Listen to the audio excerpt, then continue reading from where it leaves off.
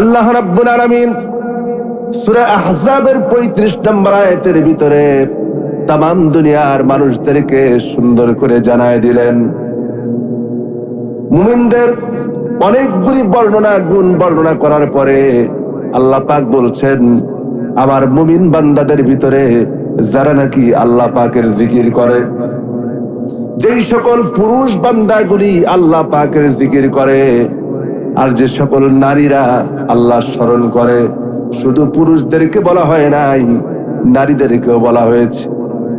যারা নাকি আল্লাহ স্মরণ করে, আল্লাহ রাব্বুল আলামিন তাদের আ'আদাল্লাহু লাহুম মাগফিরা, আল্লাহ পাক ওয়াদা করেছেন রব্বুল আলামিন ওই সকল বান্দার বান্দি গুলিরে মাফ করে দেবে। শুধু মাফ করবেন না, ওয়া আজরান আযীমা, শুধু মাফ করা হবে না, সম্মানিত মহান পুরস্কারে পুরস্কৃত করবেন। আর আজরান আযীমার ব্যাখ্যায় সমস্ত মুফাসসির ঐক্যমত পোষণ করেছেন, রব্বুল আলামিন এই সকল বান্দার বান্দিগুলিরে কিয়ামতের দিন জান্নাতুল ফেরদাউস দিয়া ধন্য করে দেবে। জিরা আমার, আল্লাহ রাব্বুল আলামিন বলছেন সূরা জিলজালের মধ্যে, ইয়াউমাইযিন তুহাদ্দিসু আখবারাহা বিআন্না রাব্বাকা আওহা লাহা। কিয়ামতের দিন এই জমিন, তার ভিতরে যত ঘটনা ঘটেছে, দুনিয়ায় যা করেছেন, এই যে আমি আপনাদের সামনে সেই রাজশাহী থেকে এসেছি, হয়তো মনে করতে পারেন কত বড় হুজুর, মাথায় টুপি, মুখে দাড়ি, গায়ে জুব্বা, দেখে অনেক ভালো মানুষ মনে করতে পারেন, কিন্তু আমি ভালো না খারাপ এই সম্পর্কে সর্বোত্তম সাক্ষী দিতে পারে এই জমিন, ঠিক না? কারণ আপনি যাই করেন না কেন, অন্যায় করেন, অপরাধ করেন, খারাপ কাজ করেন, ভালো কাজ করেন, সেজদা দেন, যাই করেন না কেন, এই জমিনের বাইরে নাকি জমিন তো সবকিছু জানে, সবকিছু দেখতে পায়, সবকিছুর সাক্ষী। এমনকি আমি আপনি যখন মরে যাব, দুনিয়া থেকে বিদায় হয়ে যাব, আমাকে আপনাকে কোথায় রাখা হবে? এই জমিনের ভিতরেই রাখা হবে। এই জমিনের উপরে আমার আচরণ যদি ভালো হয়, আমার আমল যদি ভালো হয়, আমার কাজ যদি ভালো হয়ে যায়, তাহলে এই জমিন আমার সঙ্গে ভালো ব্যবহার করবে। আর এই জমিনের উপরে আমার আমল যদি খারাপ হয়ে যায়, আমার কাজ যদি খারাপ হয়ে যায়, তাহলে জমিনের আচরণ কিন্তু আমার সঙ্গে সেই রকম হবে। এজন্য মনে রাখতে হবে, এই জমিনে আমি যাব, এই জমিনের ভিতরে আমাকে যেতে হবে। সুতরাং জমিনের উপরে কি করছি এটা একটু চিন্তা ভাবনা করে করা উচিত। কোরআনের মাহফিলে বসে আছে, কোরআনের সঙ্গে বেয়াদবি করে, আল্লাহর কালামের সঙ্গে বেয়াদবি করে আপনি উঠে যাবেন, জমিন সাক্ষ্য আছে, এই জমিন দেখছে, আপনার ফায়সালা মৃত্যুর পরে জমিন করে দেবে। বাবাজিরা আমার, খুব গভীর মনোযোগ। আল্লাহ রাব্বুল আলামিন আরো পুরস্কারের কথা বললেন। সূরা আহজাবের 43 নম্বর আয়াতে আল্লাহ রাব্বুল আলামিন আরো বলছেন, ইয়া আইয়ুহাল্লাযীনা আমানু যকুরুল্লাহা যিকরান কাসীরা ওয়াসাব্বিহুহু বুকরাতাও ওয়া আসীলা هو الذي يصلي عليكم وملائكته ليخرجكم من الظلمات إلى النور। الله أكبر। আল্লাহ পাক বলেন, হে ঈমানদারেরা, তোমরা যারা ঈমান এনেছো, এই কথাগুলি শুধুমাত্র পুরুষদেরকে বলা হয় নাই। ঈমানদার কি শুধু পুরুষ না মহিলা? পুরুষ সবাই ঈমানদার। আল্লাহ রাব্বুল আলামিন এই কথাটুকু এই জন্য বললাম, অনেক মাহফিলে গেলে পরে, বিশেষ করে আমার মতো বক্তা যারা আছে, তারা তো বিষয় ভিত্তিক আলোচনা করে, অনেক সময় শুধু খোঁচাইতে থাকে, হুজুর মা বোনদেরকে নিয়ে আলাদা ওয়াজ করেন। কোরআনে কারিম কি শুধু মা বোনদের জন্য আর পুরুষদের জন্য আলাদা নাকি? না, সব একটাই। আলাদা কোনো ওয়াজ নাই, তবে হ্যাঁ কিছু বিধান আছে আলাদা। কিছু বিধান আল্লাহ পাক তাদেরকে আলাদা দিয়েছেন, সেটা ভিন্ন কথা। বাকি আলোচনা করি সবার জন্য সমান, কারো জন্য আলাদা না। আল্লাহ পাক বলছেন, হে ইমানদাররা, আমার জিকির করো, বেশি বেশি করে আমার স্মরণ করো। তাহলে কি হবে? যখন স্মরণ করবে, আল্লাহ রাব্বুল আলামিন পুরস্কার হিসেবে কোরআনে কারীমের ভিতরে বললেন, হুয়াল্লাযী ইউসাল্লি আলাইকুম ওয়া মালাইকাতুহু। আল্লাহ পাকের স্মরণ যখন করবে, জিকির যখন করবে, আল্লাহ রাব্বুল আলামিন তার পক্ষ থেকে ওই সকল বান্দাদেরকে রহমতের চাদর দিয়া ঢেকে নেবে। শুধু তাই নয়, ওয়া মালাইকাতুহু, এবং তার ফেরেশতারা আবার আপনার জন্য ততক্ষণ পর্যন্ত আল্লাহর কাছে ক্ষমা প্রার্থনা করবে, যতক্ষণ পর্যন্ত বান্দা আল্লাহ পাকের জিকিরের মজলিসে, কোরআনের মজলিসে বসে থাকবে, ততক্ষণ পর্যন্ত আল্লাহ পাকের রহমতের ফেরেশতারা আবার আপনার জন্য রব্বুল আলামিনের কাছে ক্ষমা প্রার্থনা করতেছে।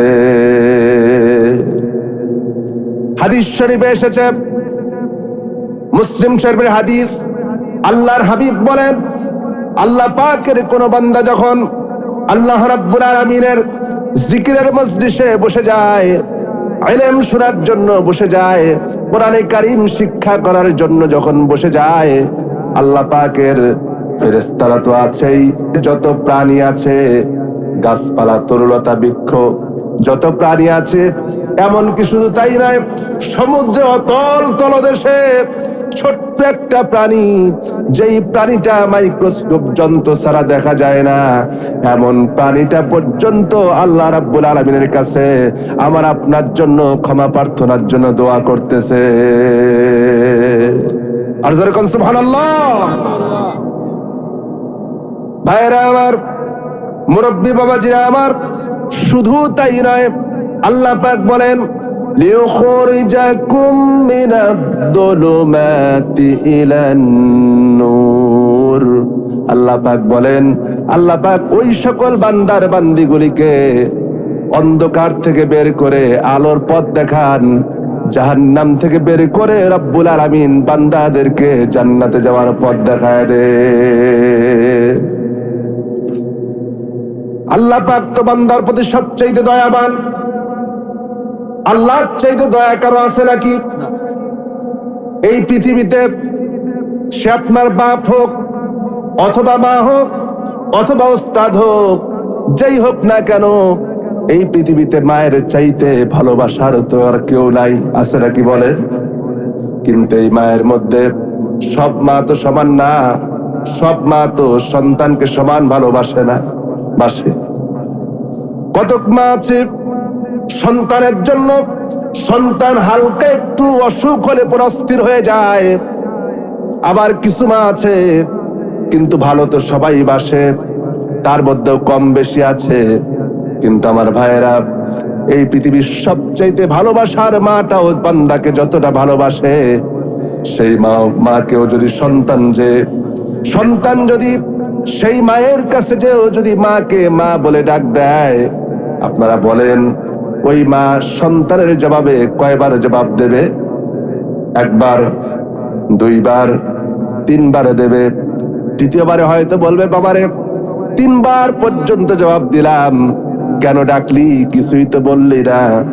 কিন্তু আমার রব, আমার আল্লাহ, আমার মহান মাবুদ, এমন মাবুদ যাকে কোন বান্দা যদি অন্তরস্থল থেকে, হৃদয়ের গভীর কন্দর থেকে, মন থেকে, হৃদয় থেকে কেউ যদি নিজের পাপের কথা স্মরণ করে, অপরাধের কথা স্মরণ করে, একটা বার যদি ডাকতে পারে আল্লাহ,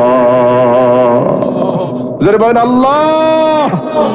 আল্লাহ পাককে কেউ যদি অন্তর থেকে একটা বার যদি ডাকে আল্লাহ, আল্লাহ রাব্বুল আলামিন একবার না, দুইবার না, 70 বার সাড়া দিয়া বলেন, বান্দারে কি চাও? আমি হাজির। কি চাও তুমি? কি দরকার তোমার আমার কাছে বলো, আমি দিয়ে দেব। আপনাকে দেওয়ার জন্য কেউ ডাকে না, কেউ বলে না। এই যে রাত গভীর হয়ে গেছে, রাত 12টা যখন পার হয়ে যায়, আল্লাহ রাব্বুল আলামিন প্রথম আকাশে আসেন আর দুনিয়ার সমস্ত বান্দার বান্দি গুলির ডেকে বলতে থাকেন, আসো নাকি কেউ? অপরাধ করেছিস, গুনাহ করেছিস, অন্যায় করেছিস, নাফরমানি করেছিস, সারা জীবন আমার হুকুমের বিরোধিতা করেছিস, নামাজ ছেড়েছিস, রোজা ছেড়েছিস, আসো নাকি কেউ? আমার কাছে মাপ চা, আমি আল্লাহ তোরে মাফ করে দেব। সুবহানাল্লাহ। আসো নাকি কেউ? অভাবে পড়েছ, টাকা নাই, পয়সা নাই, অভাবে পড়ে গিয়েছ, কঠিন বিপদের মধ্যে আছো, কোনো কিচ্ছু নাই, আমার কাছে দুটি হাত তুলে চাও। নবীজি বলেন, বান্দারে, ওই বান্দারেরা সেন্দারের ফিতা গোছা যদি ছিঁড়ে যায়, দুনিয়ার কোন মানুষের কাছে হাত পেত না, আল্লাহর কাছে চাও। আল্লাহ পাক বলতে থাকেন, আছো নাকি কেউ? অভাবে পড়েছো, আমার কাছে বলো, আমি তোর অভাব দূর করে দেব। আছো নাকি কেউ? অসুস্থ হয়ে পড়েছো, আমার কাছে বলো, আমি আল্লাহ তোমার অসুস্থতা ভালো করে দেব। কিন্তু এমন কি আছে আপনাকে বারবার ডেকে ডেকে বলবে, আমার কাছে চাও? আল্লাহ পাক তো এমন আল্লাহ, এমন আল্লাহ আমার, এমন রব আমার, যার কাছে চাইলে পরে তিনি বান্দার প্রতি খুশি হয়ে যান, আর না চাইলে পরে আল্লাহ সেই বান্দার প্রতি নারাজ হয়ে যায়। যেই বান্দা আল্লাহর কাছে যত বেশি চায়, যত বেশি প্রার্থনা করে, যত বেশি চাইতে থাকে, আল্লাহ পাক সেই বান্দার প্রতি খুশি হন। আপনি যত বেশি চাইবেন, যত বেশি কাঁদবেন, দুনিয়ার মানুষের কাছে একবার চাইবেন দেবে, দুইবার চাইবেন দেবে, তৃতীয়বারে চাইলে পরে বিরক্ত হয়ে যাবে। কিন্তু আমার আল্লাহ এমন আল্লাহ, যার কাছে চাইলে পরে তিনি খুশি হন, না চাইলে পরে তিনি নারাজ হয়ে যান। কি আল্লাহ পেয়েছি আমরা, কি রব পেয়েছি! সে আল্লাহকে আমরা ডাকতে জানি না, চাইতে জানি না সে আল্লাহর কাছে। ভাইরা আমার, মুরব্বী বাবাজিরা আমার, আল্লাহ রাব্বুল আলামিন এই পৃথিবীতে মানুষ তো শান্তি তালাশ করে। কি তালাশ করে? শান্তি তো সবাই চায়, শান্তি কে চায় না? শান্তি তো সবাই চায় যে একটু শান্তিতে থাকি, একটু ভালো থাকি, একটু আরামে থাকি, শান্তি তালাশ করে। কিন্তু এই শান্তি তালাশ করার জন্য এই দুনিয়ার বাড়ি গাড়ি, টাকা পয়সা, বিল্ডিং, জমি জামা, এগুলি মানুষকে শান্তি দিতে পারে না। পারে না? কি বলেন? পারে না। কতজনের বাড়ি আছে, গাড়ি আছে, ব্যাংক ব্যালেন্স আছে, টাকা পয়সা আছে, সব কিছু আছে, তারপরেও এমনও মানুষ আছে রাতের বেলায় শুইলে পরে চোখে ঘুম আসে না, চিন্তা অস্থির আসে না? নাই। আল্লাহ রাব্বুল আলামিন তার আসল শান্তি কেড়ে নিয়েছেন। এই দুনিয়ার ভিতরে বান্দার জন্য ঘুমের চাইতে বড় নিয়ামত তার নাই। যার অন্তরে শান্তি নাই, যার হৃদয়ে শান্তি নাই, তার ঘুম নাই। আমরা মনে করি বাংলাদেশের মানুষ যে কত শান্তিতে আছে আপনি চিন্তাও করতে পারবেন না। আজকে আমেরিকা যান, ইউরোপ যান, এখানকার অধিকাংশ মানুষগুলি হচ্ছে পাগল। অধিকাংশ কি? পাগল। টাকা থাকতে পারে, পয়সা থাকতে পারে, বাড়ি গাড়ি থাকতে পারে, ধন কুবের হতে পারে, কিন্তু লোকগুলির মাথা ঠিক নাই। কারণ হচ্ছে তাদের কাছে ঘুম নাই। কি নাই? ঘুম নাই। ঘুম নাই কারণে শান্তি নাই মনের ভিতরে। তার পিছনে বড় কারণ হলো, শান্তির বড় জায়গা হচ্ছে বান্দা যখন আল্লাহ পাকের স্মরণ করে, আল্লাহ পাকের জিকির করে, রব্বুল আলামিন তার হৃদয়টা একেবারে প্রশান্ত করে দে। বান্দার শান্তি খোঁজো, শান্তি খোঁজো, দুনিয়ার কোথাও শান্তি পাবে না। আমি আল্লাহর কাছে চাও, আমি হৃদয়টা প্রশান্ত করে দেব। ঘুম আসছে না, রাতের বেলায় শুয়ে আছেন, ঘুম আসছে না, হতে পারে অসুবিধায় পড়েছেন, চিন্তায় পড়ে গিয়েছেন। আল্লাহর নামের কসম করে বলি, রাতের বেলায় শুয়ে কিছুক্ষণ জিকির আজগার করেন, বসে বসে জিকির আজগার করেন, 2 রাকাত সালাত আদায় করেন, জিকির আজগার করেন, দুরূদ পড়তে থাকবেন, দেখবেন অটোমেটিক ঘুম চলে আসবে। ওষুধ খাওয়া লাগবে না। এটার ভিতরে একটা আলাদা মজা, আলাদা শান্তি, আলাদা তৃপ্তি, এটা আর দুনিয়ার কোথাও নাই। বাবাজিরা আমার, আল্লাহ রাব্বুল আলামিন কোরআনে কারীমের ভিতরে সুন্দর করে রেখে বলেছেন, الذين آمنوا وتطمئن قلوبهم بذكر الله ألا بذكر الله تطمئن القلوب الله أكبر। আল্লাহ পাক বলেন, ইমানদারেরা অন্তরের শান্তি খোঁজো, মনের শান্তি খোঁজো। মনের শান্তি তো আমি আল্লাহ রেখেছি, আমার স্মরণ করার মধ্যে, আমার জিকিরের মধ্যে শান্তি রেখেছি। যেই বান্দা আমার স্মরণ করে, আমার জিকির করে, আমি আল্লাহ রাব্বুল আলামিন তার হৃদয়টা প্রশান্ত করে দেই। এখন প্রশ্ন হলো যে জিকির এত ফজিলত, এত বর্তমান শুনলাম, এখন কথা হলো জিকির মানে কি শুধুমাত্র সুবহানাল্লাহ, আলহামদুলিল্লাহ, আল্লাহু আকবার বসে বসে জিকির করা, এটাই কি শুধু জিকির? হ্যাঁ, না। কোরআনে কারিমে আমাদের দেশে যেই পীর সাহেবের কাছেই যান না কেন, প্রথম ওজিফা ধরায় দেবে, প্রতিদিন সকালে 100 বার, বিকালে 100 বার জিকির করবা, ঠিক কিনা কর? এই ওজিফাগুলি ধরায় দেবে। তার মানে এটা না, আমার এই কথা ভাববেন না যে হুজুর মনে হয় ওই জিকিরের বিরোধিতা করতেছে, তা কিন্তু না। হ্যাঁ, ওই জিকিরও করবেন, আমি এটা বিরোধিতা করছি না। কারণ আল্লাহ নবীর কাছে প্রশ্ন করা হয়েছে, আল্লাহর হাবিব বলেছেন, জাদ্দিদু ঈমানাকুম। সাহাবীদেরকে বলেছেন, আমার সাহাবীরা, তোমরা তোমাদের ঈমানকে নবায়ন করো। সাহাবায়ে কেরাম বলেন, কাইফা নুজাদ্দিদু ঈমানানা ইয়া রাসূলুল্লাহ, ইয়া হাবিবাল্লাহ, আমরা আমাদের ঈমানকে কিভাবে করে নবায়ন করব? নবীজি বললেন, আমার সাহাবীরা, আল্লাহর পাকের হাবিব বলেন, তোমরা তোমাদের ঈমানকে নবায়ন করার জন্য কাসসিরু কাওলাদ যিকরি লা ইলাহা ইল্লাল্লাহ, তোমরা বেশি বেশি করে জবানে জিকির করো, লা ইলাহা ইল্লাল্লাহ। একটু জিকির করেন, লা ইলাহা ইল্লাল্লাহ, লা ইলাহা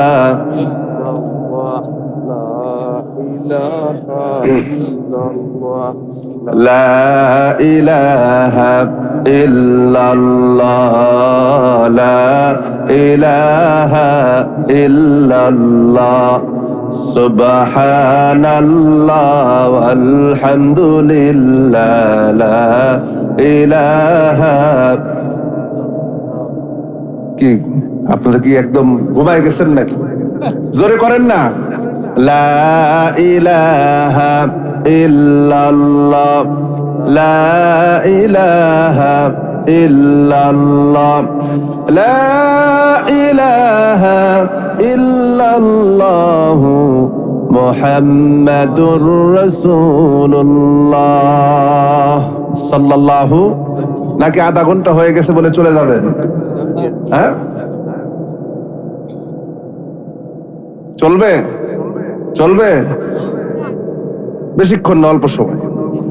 জিকির, এই জিক্র শব্দটি কোরআনে কারিমে এসেছে 6টি অর্থে। জরবান কয়টি অর্থে? 6টি অর্থে আল্লাহ সুবহানাহু ওয়া তাআলা কোরআনে কারিমে জিকির শব্দটি দিয়েছে। আমরা এক এক করে খুব সংক্ষিপ্ত সময়ের ভিতরে এক একটা বিষয় জানার জন্য 2 মিনিট করে সময় নেব, 6 দুগুণে 12 মিনিট। আল্লাহ রাব্বুল আলামিন প্রথমেই বলছেন, যদি কোরআনকে প্রশ্ন করি, কোরআন তুমি বলে দাও জিকির এর মানেটা কি, এর অর্থ কি? কোরআন বলে দেবে। আল্লাহ পাক বলেন, ওয়াকালু ইয়া আইয়ুহাল্লাযী নুজ্জিলা আলাইহিল যিকরু ইন্নাকা লামাজনুন। আল্লাহু আকবার। আল্লাহ পাক বলেন, ওই মক্কার কাফেরগুলি তারা যখন মুহাম্মদ সাল্লাল্লাহু আলাইহি ওয়াসাল্লামের উপরে এই কোরআন নামক জিকির যখন অবতীর্ণ করা হলো, তার মানে এখানে কোরআনকে জিকির বলা হয়েছে। কোরআনকে কি বলা হয়েছে? জিকির। কোরআন হচ্ছে 1 নম্বর জিকির। এই জিকির যখন অবতীর্ণ করা হলো, তখন মক্কার কাফেররা বলল, ইন্নাকা লামাজনুন, সে তো একটা পাগল। মুহাম্মদ সাল্লাল্লাহু আলাইহি ওয়াসাল্লাম যতক্ষণ পর্যন্ত কোরআন নাজিল হয় নাই, এই জিকির যতক্ষণ পর্যন্ত নাজিল হয় নাই, ততক্ষণ পর্যন্ত তিনি ছিলেন আল আমিন, আস-সাদিক, আমানতদার, সত্যবাদী। তার চাইতে সত্যবাদী আর কেউ নাই। কিন্তু যখন এই জিকির অবতীর্ণ করা হলো, তখন তারা কি বলল? পাগল, মাসদুন বলল। আজকেও যারা কোরআনে কারিমের সত্য কথাগুলি, হক কথাগুলি মানুষের সামনে বলে, আজ তাদেরকেও বিভিন্ন নামে আখ্যা দেওয়া হয়, কটূক্তি করা হয়। যারা বলেন ঠিক কিনা? বাবাজিরা আমার, এরপরে আল্লাহ রাব্বুল আলামিন তারা বলল মুহাম্মদ সাল্লাল্লাহু আলাইহি সাল্লামকে যারা একটু আগেই আল আমিন বলল, বিশ্বস্ত বলল, তার চাইতে সত্যবাদী আর কেউ নাই, এ কথা যারা বলল, তারা কিছুক্ষণ পরে এসে তারা আবার বলল যে তুমি তো মিথ্যাবাদী। এটা কোথায় পেলে? তারা বলল এই জিকির, এই কালাম যদি সত্য হয় তাহলে কি করো? তারা বলল লাউ মা তা'তিনা বিল মালাইকাতি ইন কুনতা মিনাস সাদিকিন। কাফেররা বলল মুহাম্মদ বলেন সাল্লাল্লাহু আলাইহি ওয়াসাল্লাম, তোমার কাছে যে এই জিকির অবতীর্ণ হয়েছে, যদি তুমি এই দাবির ব্যাপারে সত্যবাদী হও তাহলে ফেরেশতা নিয়ে আসো। তারা বলল ফেরেশতা নিয়ে আসো।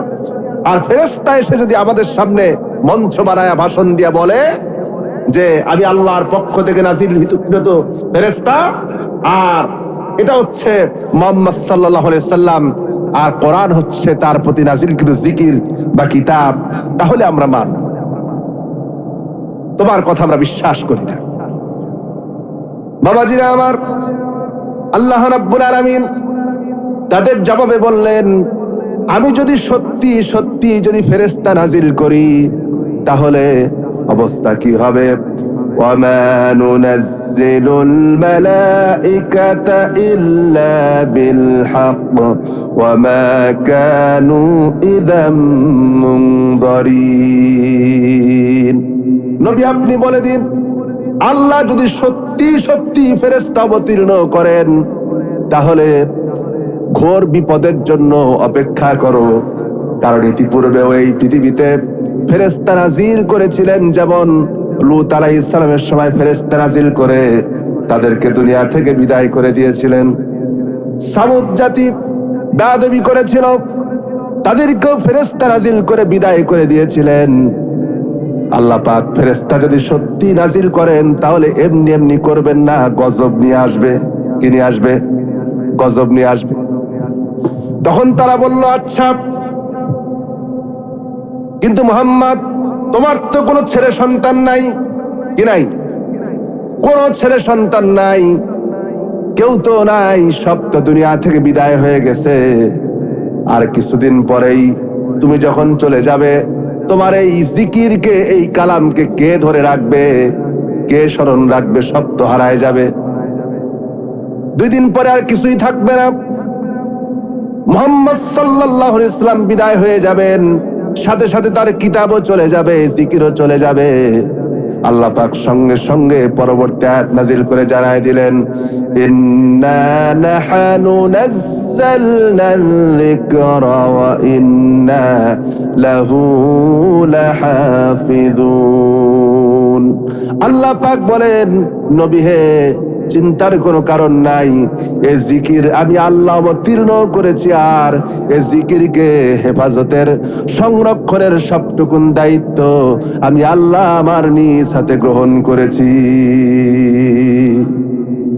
আজকে দেখুন, আজ থেকে 1400 বছর আগে কোরআনে কারীম নাজিল হলো।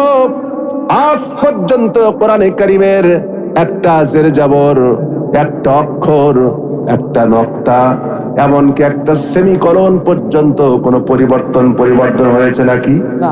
হয় নাই। আল্লাহ হেফাজত করলেন। আজকে পৃথিবীতে কোন ধর্মগ্রন্থের কোনো হাফেজ নাই, কিন্তু তামাম পৃথিবীতে 2024 সালের জরিপ অনুযায়ী তাম পৃথিবীতে আজ কোরআনে হাফেজের সংখ্যা একজন না, দুইজন না, 30 লক্ষেরও বেশি। 30 লক্ষ হাফেজে কোরআন রয়েছে আজকে তাম পৃথিবীতে। আর এই 30 লক্ষ হাফেজে কোরআনের মধ্যে আল্লাহ পাক আবার এ বাংলাদেশ ছোট্ট শ্যামল সুজলা সুফলা সোনার বাংলাদেশের হাফেজদেরকে সেরা হাফেজ হিসেবে কবুল করেছেন। জোরে বলুন আল্লাহু আকবার। আপনি চিন্তা করতে পারেন, আপনি চিন্তা করতে পারেন, তাদের ভাষা আরবি, তাদের কথা আরবি, তাদের লেখনী আরবি, কিন্তু প্রত্যেক মাসে বিশ্বের বিভিন্ন দেশে কোরআনে কারীমের প্রতিযোগিতা হয়। শুধু ওই বছরে একবার ভাইরাল হয় একটা সেটা না, প্রত্যেক মাসে হয়। কোন মাসে 2 বার, কোন মাসে 1 বার বিশ্বের বিভিন্ন দেশে কোরআনে কারীমের প্রতিযোগিতা হয়। আর সেই প্রতিযোগিতায় শুধুমাত্র 24 সালেই বাংলাদেশে বিশ্ব জয় করেছেন প্রায় 14 জন হাফেজ। জোরে আল্লাহু আকবার। আপনি চিন্তা করতে পারে এই ছোট্ট একটা দেশ থেকে হাফেজরা প্রতি মাসে যাচ্ছে আর বিশ্ব জয় করে ফিরে আসছে। চারটেখানিক ব্যাপার না। আমার তো মন বলে আল্লাহ পাক এদেশে কোরআনের বিজয় দেবেন, তার নমুনা আল্লাহ পাক এর মাধ্যমে পেশ করতেছেন। জোরে বলেন ঠিক কিনা? আগামীর দিন হবে কোরআনের বিজয়ের দিন, আগামীর দিন হবে ইসলামের বিজয়ের দিন, কেউ ঠেকাতে পারবে না। জোরে বলেন ঠিক কিনা? বাবাজিরা আমার, কষ্ট হচ্ছে আপনাদের? এরপরে আল্লাহ রাব্বুল আলামিন কোরআনে কারীমের ভিতরে বলছেন, এ কোরআন আল্লাহ পাক কেন নাজিল করলেন? আল্লাহ নাজিল করলেন এই জন্য।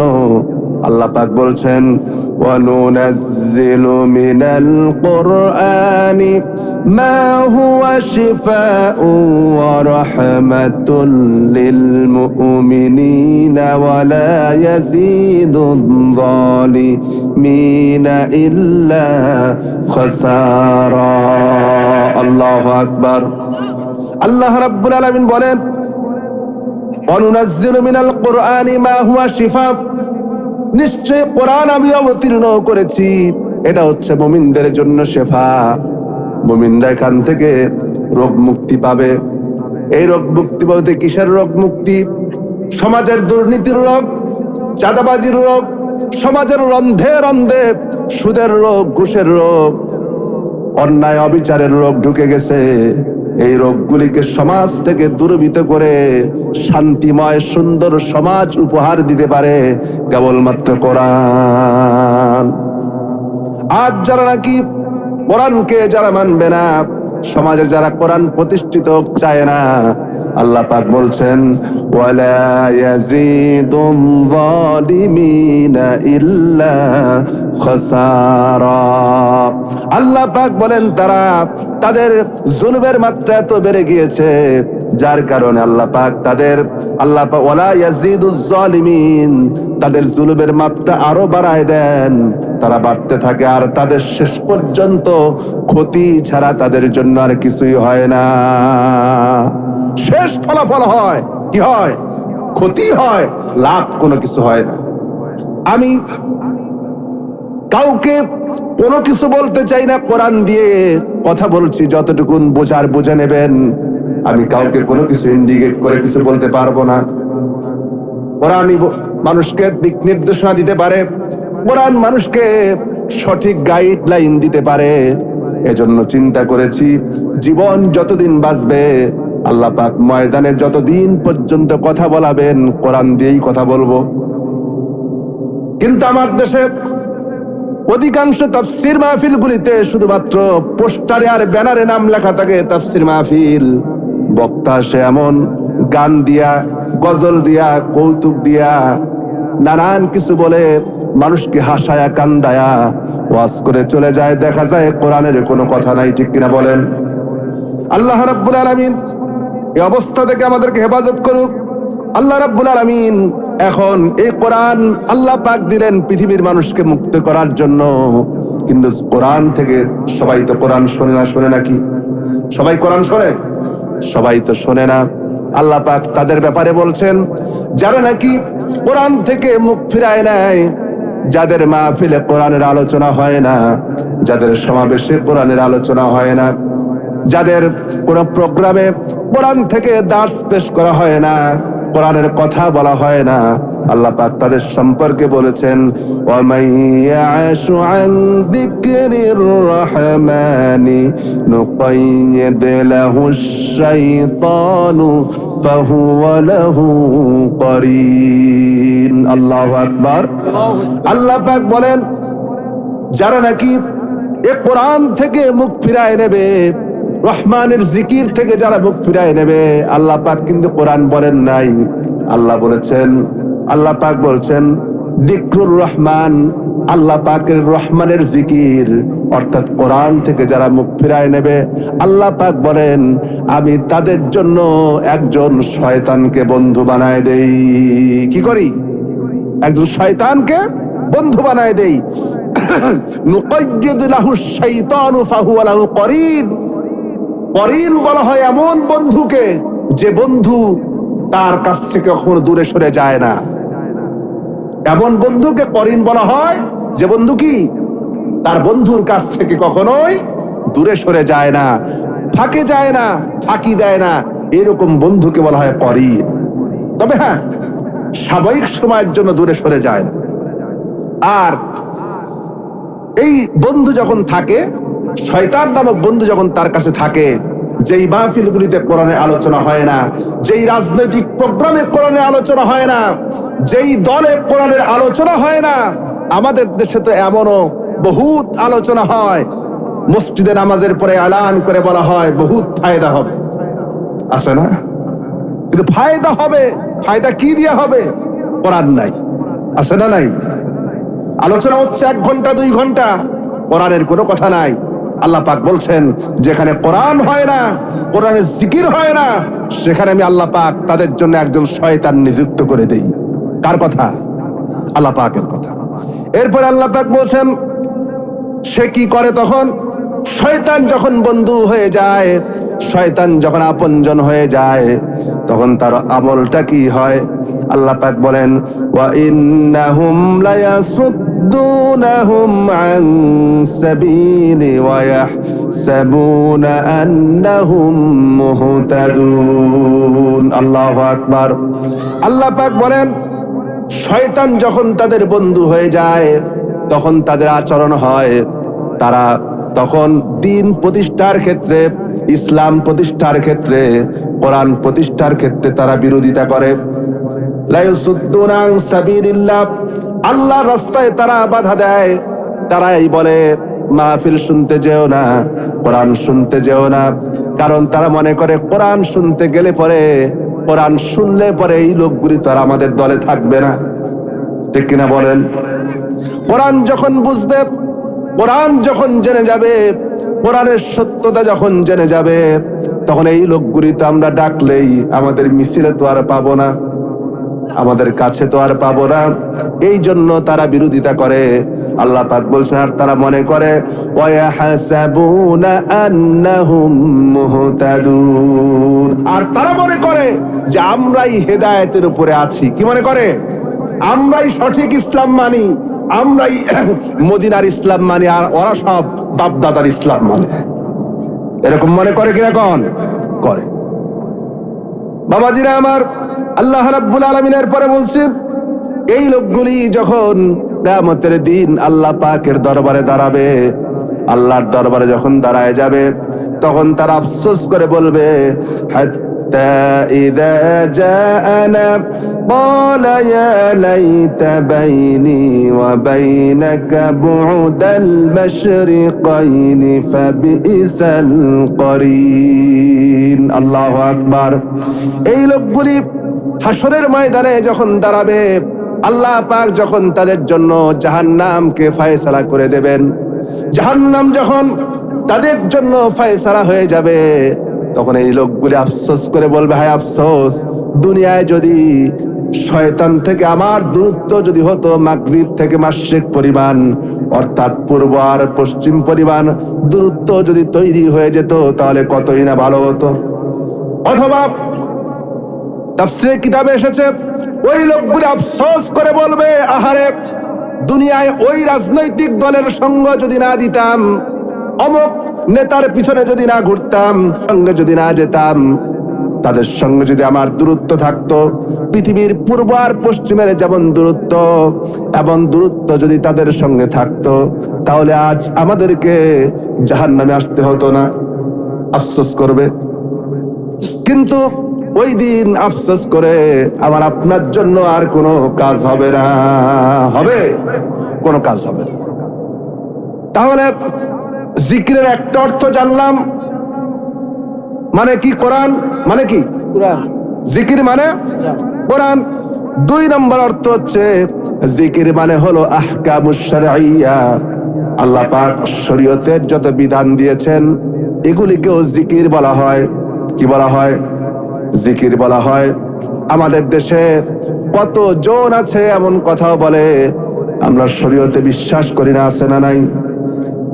শরীয়ত বিশ্বাস করে না, আবার একদিকে শরীয়তকে বিশ্বাস করে না, শরীয়ত মানে না, আবার অন্যদিকে নিজেকে দাবি করে আমরাই মুসলমান। আছে না নাই? আমার বাবাজিরা, বাংলাদেশি কাদিয়ানীদেরকে আমরা কি বলি? মুসলমান না কাফের? কাদিয়ানীরা মুসলমান না কাফের? কাদিয়ানীরা কাফের। কোরআনে কারিমে একটা শব্দ মানার কারণে কাদিয়ানীদেরকে আমরা কাফের ঘোষণা দিয়েছি। সেটা কি? খাতামান নাবিয়্যিন, শেষ নবী হিসাবে তারা মুহাম্মদ সাল্লাল্লাহু আলাইহি ওয়াসাল্লামকে মানে না। এছাড়া কোরআনের শুরু থেকে নিয়ে শেষ পর্যন্ত তারা বিশ্বাস করে। তারা বিশ্বাস করে শুধুমাত্র এক জায়গায় কনফ্লিক্ট তাদের সঙ্গে আমাদের, এটা হচ্ছে তারা মনে করে মুহাম্মদ সাল্লাল্লাহু আলাইহি ওয়াসাল্লাম তিনি শেষ নবী না, তারপরে তার নবুয়তের ধারায় আরো নবী দুনিয়ায় আসবে। জোরে কর নাউজুবিল্লাহ। এই কারণে তাদেরকে কাফের বলি। কোরআনে কারিমের একটা আয়াতকে একটা শব্দকে অস্বীকারের কারণে যদি কাফের হয়ে যায়, তাহলে আমি আপনার কাছে জিজ্ঞেস করতে চাই, আপনারা মুসলমান, আপনি জবাব দেবেন, আমার প্রশ্ন আমি বলবো না, আপনারাই বলবেন। কোরআনে কারিমে শরীয়ত সম্পর্কিত, শরীয়তের আহকাম সম্পর্কিত, বিধিবিধান সম্পর্কিত আয়াত রয়েছে একটা না, দুইটা না, 500টি। জোরে বলেন কয়টা? 500 আয়াত রয়েছে। কেউ যদি একটা কথা বলে যে আমরা শরীয়ত বিশ্বাস করি না, তাহলে সে একটা না, দুইটা না, কোরআনে কারিমের 500 আয়াতকে অস্বীকার করলো। এখন আপনারা বলেন তারা কাফের কোন পর্যায়ের কাফের? বাবাজিরা আমার, এবার আসুন, আল্লাহ রাব্বুল আলামিন কোরআনে কারিমের মধ্যে বলেছেন যারা নাকি আল্লাহ পাকের বিধানকে যারা মানে না, আল্লাহর হুকুম যারা মানে না, তাদের সম্পর্কে আল্লাহ পাক বলেন ওয়ামান আ'রাদা আন যিকরি ফাইন্না লাহু মাঈশাতান দানকা ওয়া নাহশুরুহু ইয়াওমাল কিয়ামাতি আ'মা ক্বালা রাব্বি লিমা হাশারতানি আ'মা ওয়া ক্বাদ কুনতু বাসীরা। আল্লাহু আকবার। আল্লাহ পাক বলেন ওয়ামান আ'রাদা আন যিকরি, এই জিকির বলতে আল্লাহ পাকের আইন, আল্লাহ পাকের দেওয়া বিধান, সামাজিক আইন, রাষ্ট্রীয় আইন, ফৌজদারি আইন, যত আইন আছে, সংবিধান, আল্লাহ পাক বলেন যারা নাকি আমার কোরআনের আইন থেকে মুখ ফিরায় নেবে, আমি আল্লাহ রাব্বুল আলামিন তাদের জন্য দুনিয়ার জীবনটাকে সংকীর্ণ করে দেব। আর হাসরের ময়দানে আমি আল্লাহ পাক তাদেরকে অন্ধ অবস্থায় হাসরের ময়দানে উঠাবো। কি অবস্থায় উঠাবো? কোরআনের আইন যারা মানবে না, কোরআনের বিধান যারা মানবে না, কোরআনের সংবিধান যারা মানবে না, আর কোরআনের সংবিধানকে রাষ্ট্রীয়ভাবে প্রতিষ্ঠার জন্য যারা কাজ করবে না, আল্লাহ পাক কিয়ামতের দিন তাদেরকে অন্ধ অবস্থায় উঠাবেন। কি অবস্থায় উঠাবেন? অন্ধ অবস্থায় উঠাবেন। আর অন্ধ অবস্থায় উঠার পরে তারা বলবে ক্বালা রাব্বি লিমা হাশারতানি আ'মা, তারা বলবে রব্বুল আলামিন আমাদেরকে অন্ধ অবস্থায় কেন উঠানো হলো? দুনিয়ায় তো আমরা চক্ষুষ্মান ছিলাম, দুনিয়ায় তো চোখ ছিল, দুনিয়ায় তো ভালো ছিলাম, তাহলে আজ কেন আমাদেরকে অন্ধ অবস্থা উঠানো হলো? আল্লাহ পাক তখন বলবেন, ক্বালা কাযালিকা আতাতকা আয়াতুনা ফানাসিতাহা ওয়া কাযালিকাল ইয়াউমা তুনসা। আল্লাহু আকবার। আল্লাহ পাক বলবেন, বান্দারে, দুনিয়ায় যেভাবে করে আমার আইনকে ভুলে গিয়েছিলে, আমার সংবিধানকে ভুলে গিয়েছিলে, আমার হুকুমকে ভুলে গিয়েছিলে, আজ আমি আল্লাহ রাব্বুল আলামিন তোমাদেরকে ভুলে গেলাম। আমার ভাইয়েরা, আমার বাবাজিরা, কিয়ামতের দিন বান্দাকে আল্লাহ যদি বান্দাকে ভুলে যান, এর চাইতে বান্দার জন্য বড় মুসিবত আর কিছুই হতে পারে না। আব্দুল কাদের জিলানী রহমাতুল্লাহ আলাইহি, তিনি যখন আল্লাহর কাছে দোয়া করতেন, বলতেন, রব্বুল আলামিন, কিয়ামতের দিন যদি তুমি আমাকে জান্নাত দাও, আর জান্নাতে দেওয়ার পরে যদি আমাকে ভুলে থাকো, আমার সঙ্গে যদি দেখা না করো, তাহলে ওই জান্নাতটা আমার জন্য জাহান্নাম হয়ে যাবে। আর যদি কিয়ামতের দিন হিসাব নিকাশের পরে আমি আব্দুল কাদেরকে যদি জাহান্নামেও দাও, আবেগে আফসোস করে বলতেন, আবেগ নিয়ে কথাগুলি বলতেন, যদি জাহান্নামেও দাও, আর রব্বুল আলামিন তুমি যদি আমাকে যদি ভুলে না যাও, আর জাহান্নামের কিনারায় দৈনিক একটা বার করে যদি দাঁড়ায় বলো, আব্দুল কাদের কেমন আছো, তাহলে ওই জাহান্নামটা আমার জন্য জান্নাত হয়ে যাবে। আল্লাহ তোমার দিদার চাই। আল্লাহ যদি কিয়ামতে ভুলে যান, আল্লাহ যদি কিয়ামতে ভুলে যান, তার চেয়ে বড় মুসিবত একজন বান্দার জন্য আর কি হতে পারে? বাবাজিরা আমার, রাত লম্বা হয়ে যাচ্ছে, এক্ষুনি শেষ করব। জিকিরের 3 নম্বর অর্থ হলো ওয়াজ। জিকির মানে কি? ওয়াজ। এই যে ওয়াজ করছি, কথা বলছি আপনাদের সামনে, এটাও কি জিকির? আল্লাহ রাব্বুল আলামিন দলিল হিসেবে বলছেন, সূরা গাশিয়ার মধ্যে আল্লাহ পাক তার হাবিবকে ডেকে বলেছেন, ফাযাক্কির ইন্নামা আনতা মুযাক্কিরুন লাস্তা আলাইহিম বিমুসাইতির। আল্লাহ পাক বলেন, নবী, আপনি হচ্ছেন একজন উপদেশক, আপনি একজন ওয়াইজ, আপনি ওয়াজ করে যান, আপনি উপদেশ দিয়ে যান। আপনাকে একথা বলা হয় নাই যে মানুষকে পিটায়া লাঠি চার্জ করে দিন কবুল করাবেন। দিনের ব্যাপারে কোনো বাড়াবাড়ি নাই। কোনো বাড়াবাড়ি আছে? জোর করে কাউকে ইসলাম কবুল করানো যাবে? যাবে না। এ হচ্ছে তার মানে জিকির মানে হচ্ছে ওয়াজ। 4 নম্বরে জিকির মানে নামাজ। জিকির মানে কি? নামাজ।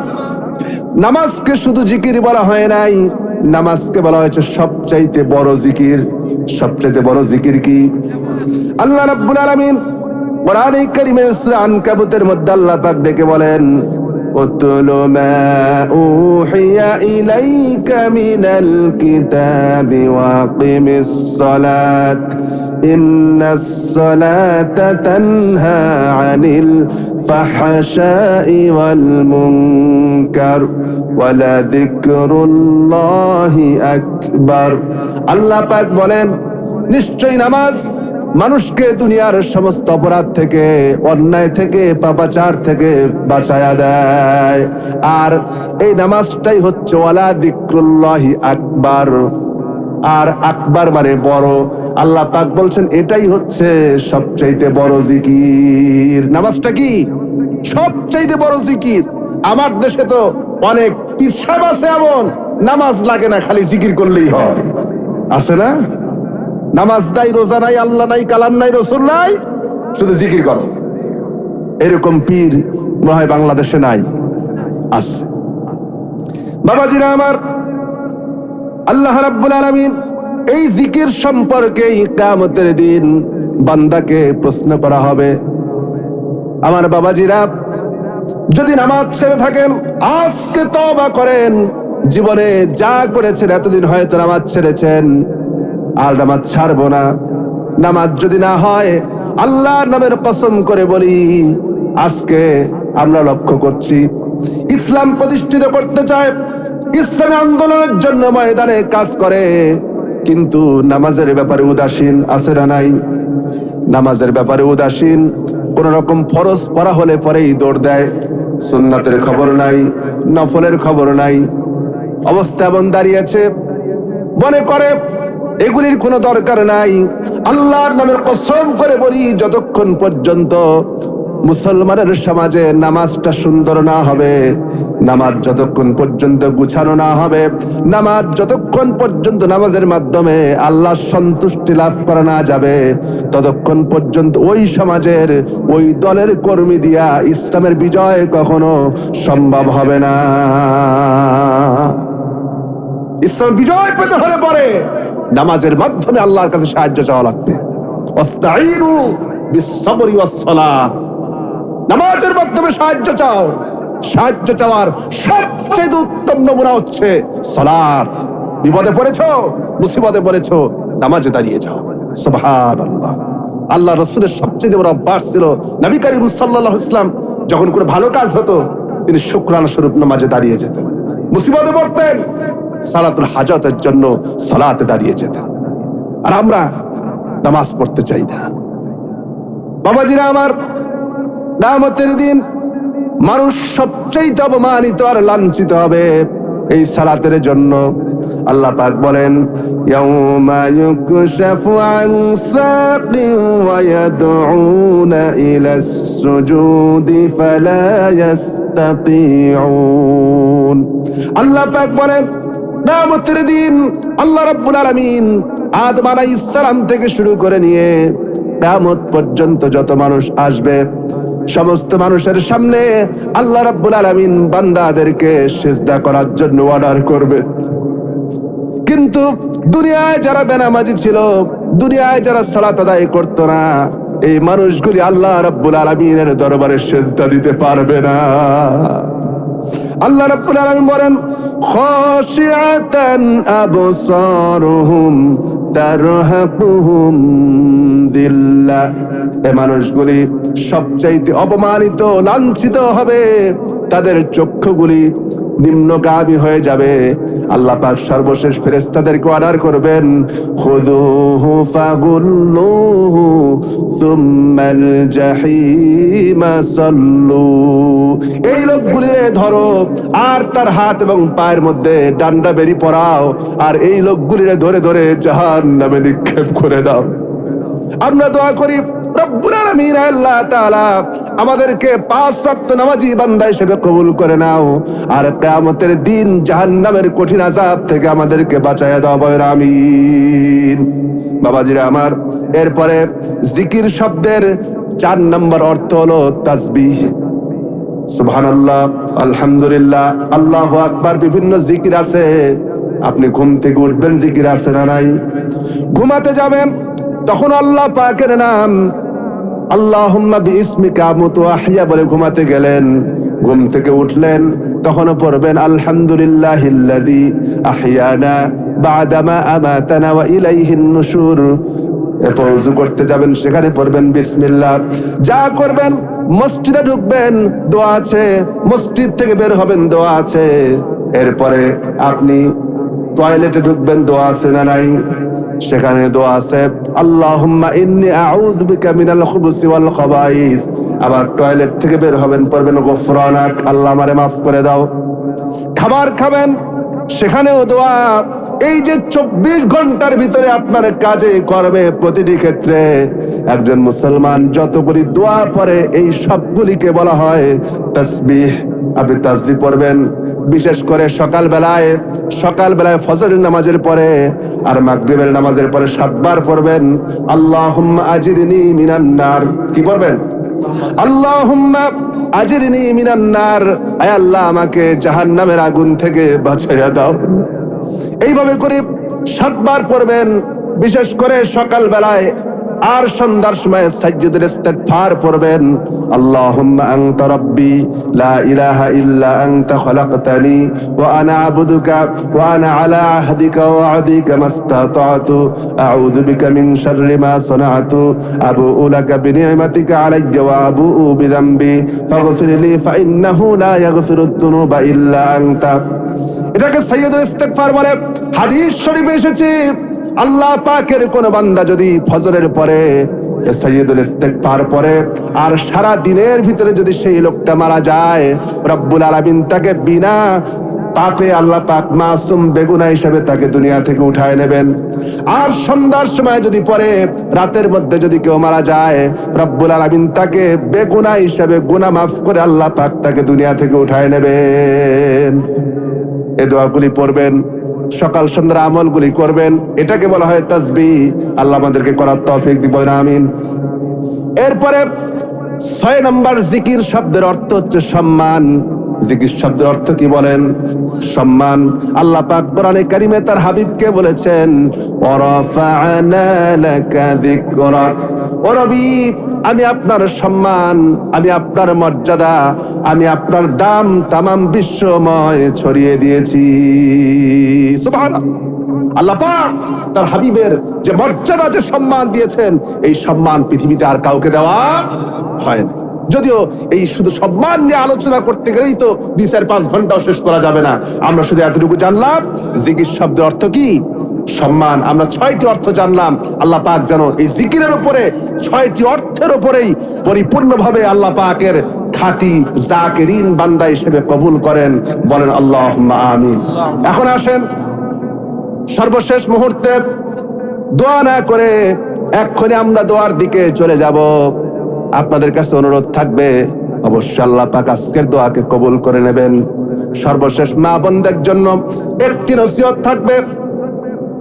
মা বোনদের জন্য সর্বশেষ একটি কথাই শুধু বলবো, তা হচ্ছে আপনি যত জিকির আজগার করেন, যত আমল করেন, যত নামাজি হন, যতই পর্দানিশী হন, যাই হন না কেন, মনে রাখবেন আজকে আমাদের দেশে সবচাইতে বড় সমস্যা হলো আমাদের দেশের অধিকাংশ মায়েরা বোনেরা স্বামীর নাশকর করে।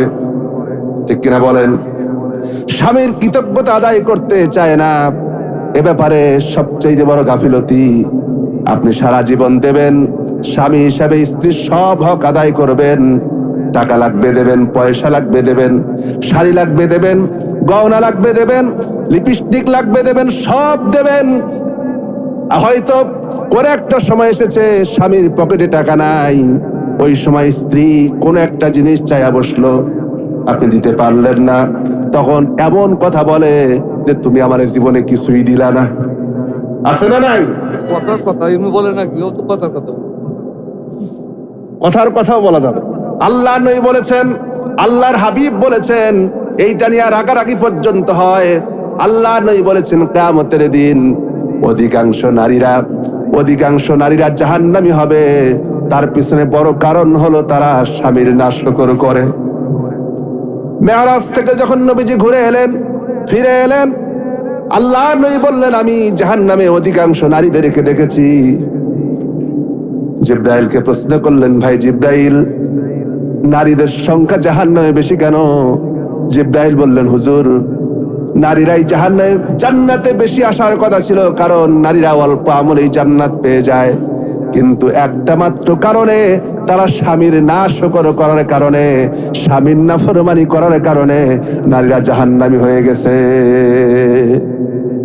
শুধু তাই নয়, আপনারা জানেন ফ্রান্সের বিজ্ঞানী তারা জমিন খুঁড়ে দেখতে চেয়েছিল জমিনের নিচে কি আছে। তারা যখন 3 কিলোমিটার পর্যন্ত মাটির নিচে গিয়েছে, জমিনের নিচে কি আছে দেখার জন্য যখন তারা চেষ্টা করলো, 4.5 কিলোমিটার পর্যন্ত যাওয়ার পরে সেখানে তাদের মেশিন আর কাজ করলো না, গলে গেল, বিগলিত হয়ে গেল। তারপরে সেখানে তারা ক্যামেরার মাইক্রোফোন পাঠাই দিল কিছু সাউন্ড নেওয়ার জন্য যখন পাঠালো, সেই সাউন্ড যে রেকর্ড করা হয়েছিল সেখানেও প্রমাণ হয়েছে মানুষের আর্তচিৎকার শোনা গিয়েছে। যেমন মানুষ চিৎকার করে কষ্টে বিপদে পড়লে যেমন মানুষ আর্তচিৎকার করে জীবন বাঁচানোর জন্য, আর্তচিৎকার আওয়াজ যখন শোনা গিয়েছে, সেই আওয়াজকে পরীক্ষা করেও দেখা গেছে ওই আওয়াজের ভিতরে অধিকাংশ আওয়াজ হচ্ছে নারীদের। আমার মায়েরা বোনেরা, ইবাদত তো করবেনই। স্বামী যদি অসন্তুষ্ট হয়ে যায়, তাহলে আপনার কোন ইবাদত আল্লাহ রাব্বুল আলামিনের দরবারে কবুল হবে না। আর স্বামী হিসেবেও আপনাদেরও দায়িত্ব স্ত্রীদেরকে খুশি রাখা। হয়তো দিতে পারবেন না, কৌশল অবলম্বন করা। আল্লাহর হাবিব স্ত্রীদেরকে সবচেয়ে বেশি মহব্বত করতেন, ভালোবাসতেন। যে জিনিস ভালোবাসার হয় তাকে কষ্ট দেওয়া যায় না। স্বামী স্ত্রীর পরিবার, যেই পরিবারের ভিতরে মহব্বত বেশি, যেই পরিবারের ভিতরে শান্তি বেশি, দুজনের ভিতরে মহব্বত বেশি, ওই পরিবারটা হলো জান্নাতের মতো। খাবার থাকতে না পারে, বাড়িতে টাকা পয়সা না থাকতে পারে, বেশি কিছু না থাকতে পারে, ফার্নিচার না থাকতে পারে, কিন্তু ওই ঘরে শান্তি আছে না নাই? আর সব আছে, স্বামী স্ত্রীর মধ্যে মিল মহাব্বত নাই, দুজনের মধ্যে দাওয়ার কোরআনের সম্পর্ক, তাহলে ওই সংসারে কি মহাব্বত আছে নাকি? কোন শান্তি আছে? শান্তি নাই। আল্লাহ পাক আমাদেরকে এইভাবে করে জীবন চালাবার তৌফিক দিক। আল্লাহ পাকের সন্তুষ্টি নিয়ে যেন জীবন চালাতে পারি, আল্লাহ সেই তৌফিক যেন আমাদেরকে দান করেন। বলেন আল্লাহুম্মা আমিন।